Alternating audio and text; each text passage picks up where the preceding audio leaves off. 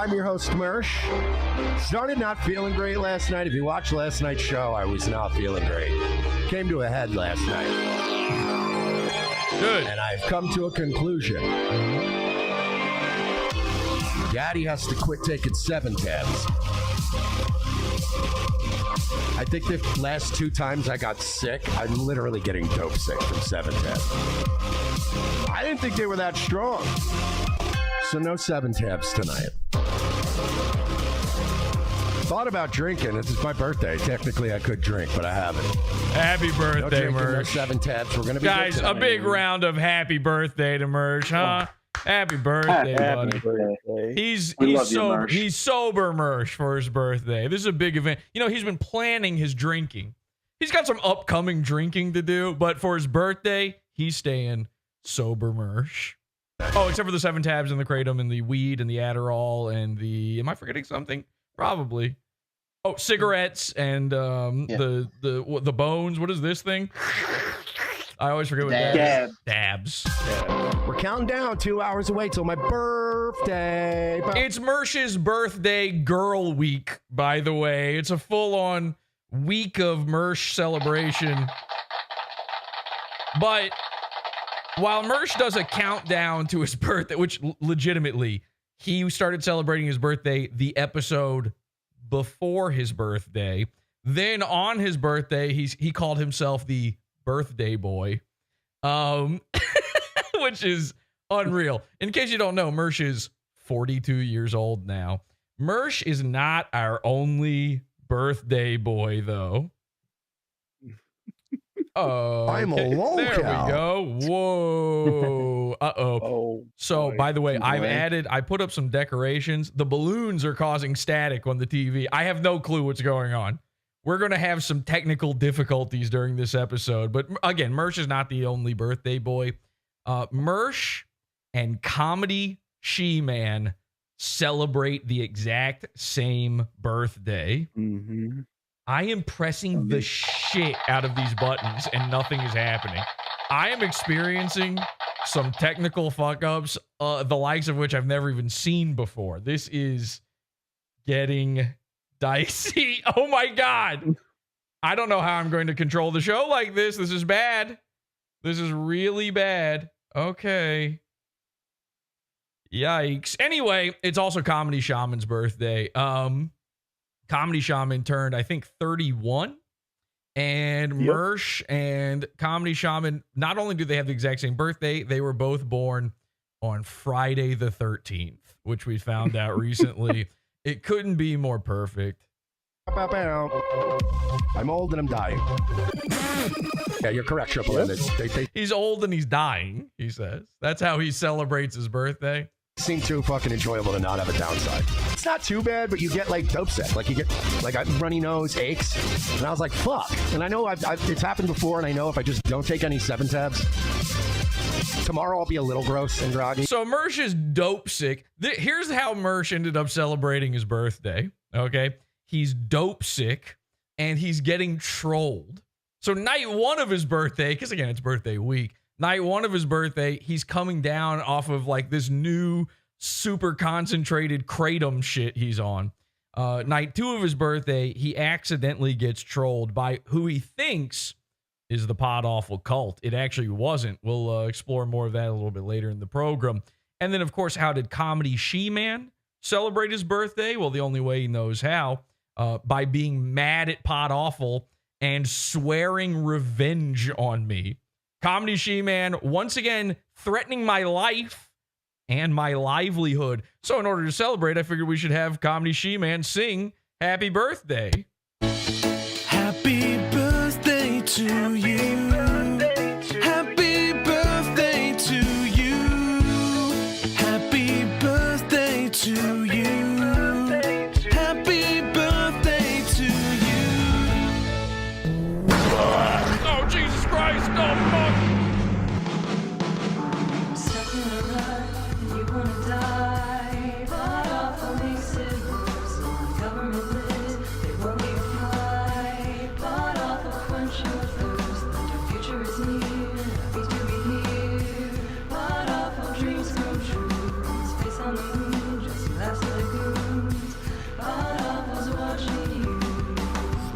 I just got a new TV, 55-inch, nice fucking 4K Amazon TV.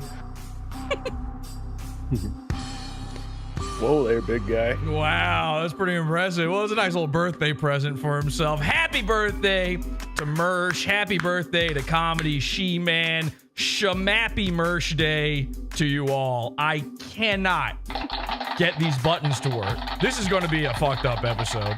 I'm just going to warn you right now. You can hear the audio, the TV, everything's going. The moon base is going, okay?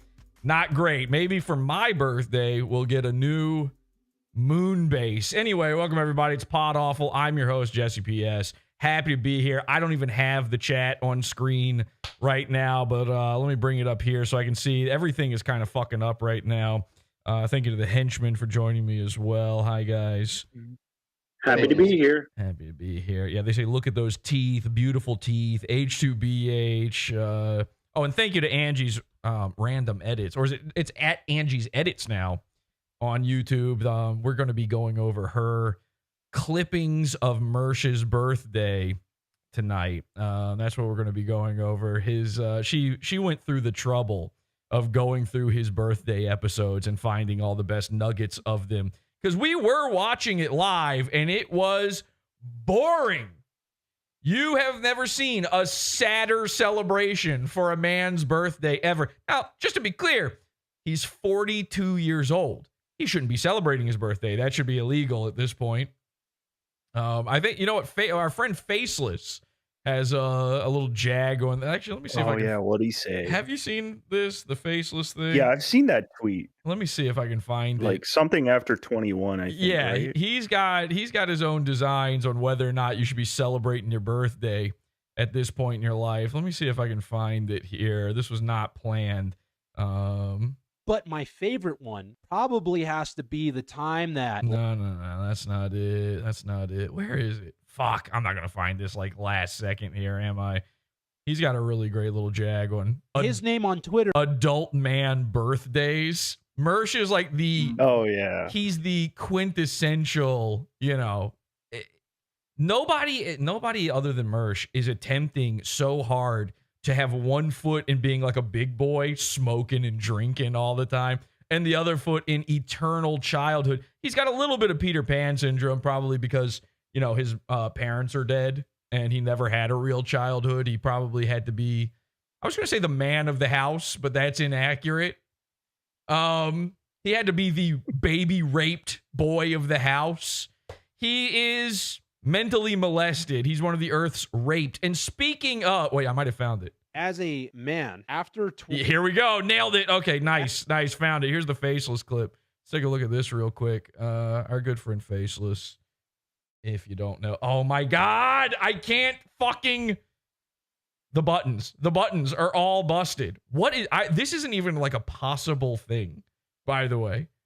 This is the kind of fuck up that shouldn't even technically be able to happen. I'm having to press every button 3 or 4 times in order for anything to work. Very strange. All right. As a man, after 21 years old, you don't get birthdays anymore. They're done. No more birthdays after 21 years of age. There's things you were supposed to grow out of in your early 20s. Birthdays is one of them. You're not supposed to be a 25-year-old man and wake up in the morning and go, oh, I hope that special person shows up for my special day. Oh my goodness. I hope I get to blow out the candles in front of all the special people on my special day. That's all about me. I hope I get the thing that I was dreaming for. What's your deal? Are you a gay man? Maybe gay men. Maybe if you're a homosexual, having birthdays after the age of 21 is acceptable. I'll allow that to happen. All of this masturbatory celebration over a date and all of this expectation is what's ruining a lot of people's lives, especially fat millennials like this one right here. And he's, of course, talking about Mersh. Okay, so... speaking of gay guys, speaking of the Earth's raped, before we get into the birthday celebrations for an adult baby man, let's talk about somebody else who was apparently raped. Now, this is crazy. Okay, I couldn't believe this. I thought this was, when I first saw it, I swear to God, I thought this was like a Photoshop or someone taking words out of context. This is real. As a follow-up to our last episode about Aaron Imholte eating cum and Rekieta being a cum guy, Nick Rekieta was in Nobody Likes Onions YouTube chat, and he said something. And this is 100% confirmed to be him. He's got the check mark next to his name. You can't fake this.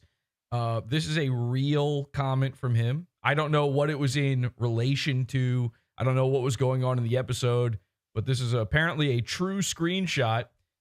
Rekieta says, Aaron was abusive and sex with him became ...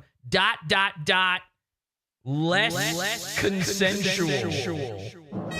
Yikes. What? Yeah, Aaron's the gay guy now. So just to be clear here, that implies that it was originally consensual, which is worse somehow. I'm not 100% sure how, but I suck fucking cock all the time. there we go. These buttons, man. I don't know what the fuck's happening. Anyway, so apparently Aaron released Dark Aaron onto Nick. And now, listen, when the man wants cum, he's going to get it, whether you want to give it or not. I mean, Nick's a cum guy and everything, but, your limits only go so far. A guy can only produce but so much. It's death by snoo at this point. But Aaron's insatiable. His hunger never ends. He's the length of a tapeworm. He's like 20 feet long, and he's also the exact same tubularity of a tapeworm. And you can't feed him enough. He's like he's like an earthworm going through the dirt. It's coming back out the other end as he goes. That's how he tunnels. That's how he burrows. And he burrowed himself into Nick Rekieta's back end. So I just want to be clear about something. I tried to make a big deal about this on the last episode. Everybody thinks I'm an Aaron Imholte guy because I've tried to get him on the show and I've been on his show and all this stuff. And I was like, no. They're both gay. They both suck. They're both cum guys. I'm 100% on Aaron's side from now on. I don't want to be the Earth's rape. Okay, I'm going to go ahead and make a recommendation to everybody out there. Get on Aaron's good side before he's on your backside. You don't have a lot of options in this scenario. I'm going to... Listen, you can ride the Aaron train or Aaron turns you into the Aaron train. That's all I'm going to say. And that's according to Nick Rekieta, so... It's not really up to me what's going on there. Listen, what happens between two grown men celebrating their birthdays, bloodying the sheets, getting rended asunder, that's behind closed doors. That's their business. And I'm sorry I did the episode, Aaron. Okay? Do you want me to take it down? I'll take down the episode. Can I take down the episode and everything's okay? If I take down the episode, are we good? If I take down the episode, because I'm not a cum guy. So please don't rape me, I guess is the point. One more time here, Aaron. And again, this is Nick Rekieta of Rekieta Law, a real, actual lawyer somehow. He says Aaron was abusive and sex with him became, and I like this part, ... very dramatic, less consensual. All of these buttons seem to be working just fine. Okay, fine. Less consensual, which means there's still an element of consent in there. Like there's a modicum of consent going on, a crumb. He's getting a pussy crumb of consent. Nick's like, you know what it is? Maybe Nick was trying to take back his power in the relationship. I think that might be it. Because again, it's not rape if you come. You have the choice. You can always steal back from your rapist. All you have to do is physically come on him. And at that point, he's gay. Okay? Not you. You're just enjoying what God gave you, a gift, a special surprise. So maybe that was Nick's attempt to, sort of out alpha Aaron. But man, and imagine Aaron sneaking up behind Nick. He's biting him on the ear. You got to throw a burlap sack over Nick's back in order to keep the scratch marks off of there. No wonder he got that horrifically gay tattoo down his arm. He's probably got scars going down his arm. That his cum gutter, by the way, his cum gutter tattoo. What do you think happened there? That's Aaron sniffing around. He's like a truffle pig. He's looking for treasure, gnashing his teeth about. So anyway, that's what's going on with Nick Rekieta. However, there's actually a little bit more here. What happened to my, did I get rid of Twitter because I played that video? Maybe I did. I got to open up Twitter again. There's actually more going on because I have now spoken to Nick Rekieta. Okay, Nick and I have been DMing, and you get to hear the entire back and forth in this episode. I don't know what we're yelling about! Support the show. Join the Pizza Fund. Podawful.pizza. Pizza.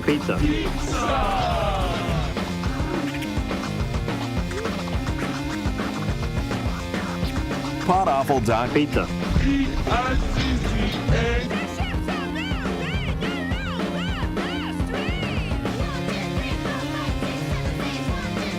Podawful.pizza. Join the Pizza Fund. Get immediate access to this full premium episode of the show, Podawful.pizza. And, of course, our archive of premium episodes, banned episodes, bonus episodes, and so much more. Support the show.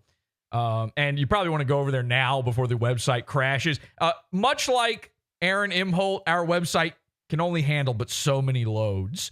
So Podawful.pizza, sign up now and get see the rest of this, and you'll hear my entire conversation with Nick Rekieta. But let's shift gears. We'll come back to that in just a second here. Let's shift gears and let's talk a little Shaman before we get back to the Mersh coverage as well. I want this part to be out there. I want this to be in the free section. You know, Comedy She-Man is pretending he didn't see the most recent episode of the show that was all about him. An entire episode revealing just how deep the rabbit hole goes, how much Podawful's been watching you, how much access we have. Now, maybe he's telling I don't know. What do you guys think? Do you think he's telling the truth? He didn't actually watch the episode? Is that even possible? He watched it. Come on. He had to. Yeah, He's too self-interested. Yeah. I mean, if a guy makes a whole episode about you, you know, your name in the title, everything, it's revealing everything about your life, they got to know. And also, I have it, I believe it's on pretty good authority here that he did comment on his car crash, which we revealed in that episode. So he must have seen it. But he's going to sit there and pretend like he didn't see it. He's going to sit there and pretend like we didn't reveal that we have a direct line to his fake rehab girlfriend. He's going to sit there and pretend like we don't have full access to all of his technology, his computer, his phones. His computer is, by the way, kind of a useless thing to have access to right now. He ran away from home as an adult man. Happy birthday, Shaman! Running away from home. He's now basically a homeless guy. We know exactly what's going on in his life. This is a really, really stupid move, what he's done. Because here's how Comedy She-Man spent his birthday. He spent it threatening me. Okay? Now, number one, he also bought himself a present. I guess no one else was going to do it. So I think he did buy himself some new shoes or something, like some Air Force Ones or something. If you don't know, ever since Comedy She-Man left rehab the last time and he ran away from home, he's decided he is now black. Okay? And I don't mean the way that Mersh sometimes chooses to be a wigger in between Tony Soprano impressions or whatever. I mean, he not only thinks he understands the black struggle, the Mein Kampf of black people, if you will, he also, which I think is what technically Ye is writing about in that one song, which we'll also get into a little bit later in the show.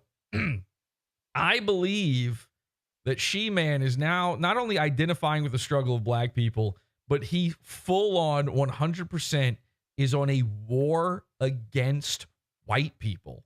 He sees the upcoming Ra-ho-wah, Ra-ho-wah, Ra-ho-wah coming up, and he's chosen sides, and he picked the fucking wrong, like, they're not going to have you, man.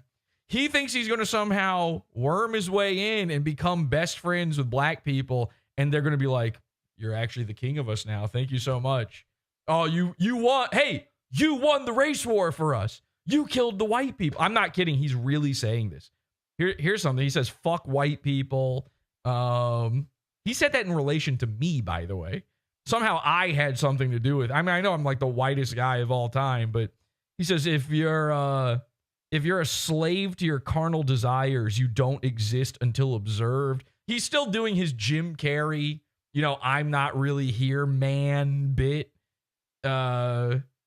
He says, so when I get mad, I've learned to train myself that I realize I'm just playing a character named Clay. Okay? Yeah, even Clay Combs isn't a real guy. Comedy She-Man's not a real guy. In fact, I think the real guy at this point is Ceramic Brushes. So I don't really know what's going on mentally fully with him. I do know what's going on in his DMs, though, because I can read them. I guess he thinks because he opened up a new Discord account, the Ceramic Brushes account, and by the way, several others. Like, why does he think I know it's him every time he shows up under a new name? What does he think the functionality is there? How do I detect that instantly every single time? I still have full access to everything this guy is saying about me. Okay? And he's talking a lot of shit. A lot of cash money. Okay, Playboy. You understand what I'm saying? Dog. Excuse me. Oh, you gonna stand 10 toes behind it. Okay. That kind of stuff. So he's talking some real bad stuff about me. Don't believe me, Clay? Because I know he's gonna watch. Well, here's my birthday present to you. Happy 31st birthday. Here he is saying, as for Jesse, and by the way, I've read all of his DMs to everybody. This is one where he's like laying out the plans. Okay, I selected this one at random. He's been telling multiple people in multiple ways about all of this, but here's one of the worst, most egregious examples. He says, as for Jesse, I'll be patient and wait a while before I contact my video hosting provider. Okay? He's trying to get me kicked off of my video hosting provider. He says, I promise you 100% I will destroy his paywall. Then him and my mom can have as many talks as they want. As if I wasn't already having as many as I wanted. But it's going to happen. I won't file it until I have a minimum of a dozen TOS infractions with time codes. Targeted harassment is something, by the way, how is this not targeted harassment? Targeted harassment is something they won't tolerate regardless of police reports. No idea what he's talking about there. There's no statute of limitations in TOS. Fuck white people. And then he says something really strange. He says, see, and you don't even know about the property Jesse's mom owns in Florida, which she doesn't own. I have no idea what he's talking about there. That's where he does the really illegal shit. In case you guys didn't know, my criminal enterprise involves me flying down from the moon, driving all the way to Florida, and going to my mom's house to commit crime. She's in on it, by the way. I don't know what these crimes are, but my mom's actually one of the masterminds. She's like a capo to my entire racketeering regime. Just ask him about it and see his reaction, bro. Okay, well, here's my reaction, bro. Huh? What? Huh? Okay, so here's my birthday present, the She-Man. You are threatening my livelihood. You're threatening my wife and my children's lives. And I have access to all your shit. I know exactly where you're staying. I know exactly what's going on. I know where you work. And if you do shit to me, I swear to fucking God, you better hope nobody does anything. Because now I'm going to assume it was you. Even if it wasn't you, it was you now. So here's what I promise. You want a job? You want to be able to keep a carport over your head? You want to fulfill your fantasy of one day getting off of Kratom by continuing to do Kratom? You want to be able to afford that kratom? I suggest you stop talking all this cash money shit, nigga, to all of your blackest friends, okay? I'm going to suggest that right now because I swear to fucking God, if I even get the tiniest hiccup, the idea of something happening to my livelihood, it's not going to be your livelihood you have to worry about, okay? It's going to be much, much deeper. And that's all I'm going to say here. And you're not the only guy. You got a family too. Now, of course, you don't have a wife and you don't have kids and you never will because no woman will ever love you. That's right. My famous quote to Comedy She-Man. I don't remember saying it, but I believe it. I agree with the Jesse who said it.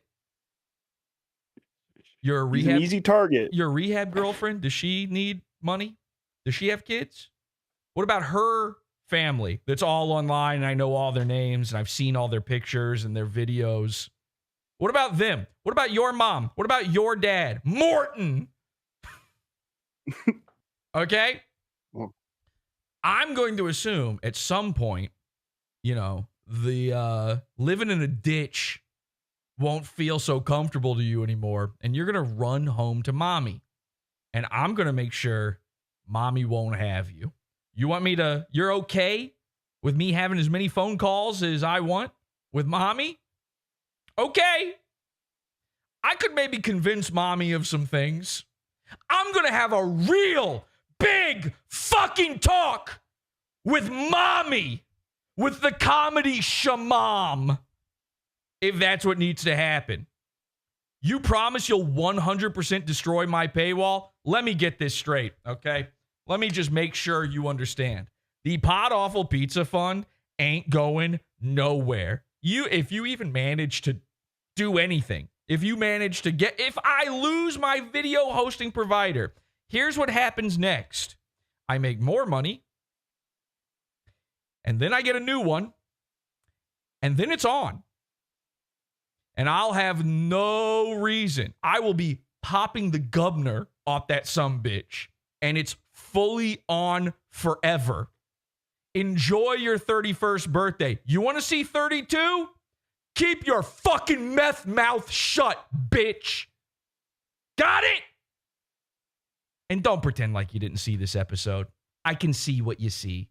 I can see what you watch on YouTube. And by the way, don't make me release some of that. Your watch history on YouTube, holy fucking shit. Some of it is embarrassing in ways that no one here is fully prepared for. I'm not talking about like, oh, he's watching old gay Opie and Anthony clips. I'm talking stuff that changes your mind permanently about a guy. Suddenly, it's not so funny. You know, oh, the silly goon who's into meth. Suddenly, it gets a lot worse than that. Some of these things are looking kind of strange. For a guy with no kids, some of your search history looks really fucking strange. You sure you want to go this route, Shaman? Because we'll go. I've been sitting here waiting for a long time now. Oh, he's going to show up to my house. He threatened to show up to my house and kill my kids and me. He threatened to murder me. I'll remind the audience, in the Pizza Fund, I'll show you the clip of Shaman threatening to kill me. Okay? Straight up, those were the words. It's not, you know, he's not dancing around the subject. He's not being metaphorical. It ain't in Minecraft. Chicken jockey. So,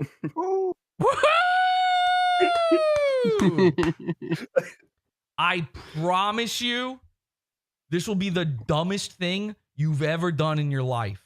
And I'm including meth and falling in love with a T-girl. Okay? Oh, here we go. Here's an interesting one. It doesn't even matter who. If I catch any cult member in public, I'm catching a felony. I can quit being a human and be a demon if that's what it takes to feel like a man. Nobody relies on me. That's going to be true. He says, in Jesse's words, I'm just a plaything. I'm not fucking playing anymore, Clay. Threaten me again, bitch. See you in the pizza fund. Podawful.pizza. Fuck you. And fuck your fucking birthday. Sorry, nigga. I'm Tom Gully, and you're watching Is This Live, the show This content right here on the Podawful TV network. is pizza funds only. Podawful.pizza. This shit is beefer. You're listening to Howdy Do with J. Crew. Podawful.pizza. We got shooters in these streets. Nigga.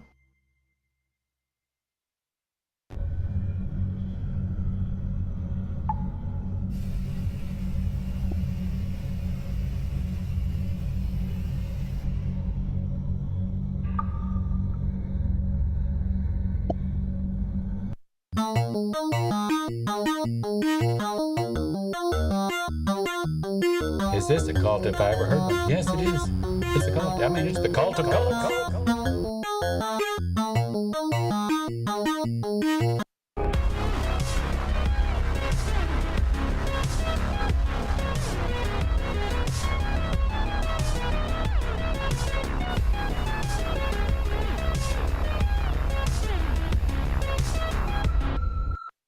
Okay, let's see if we got rid of the poor people yet.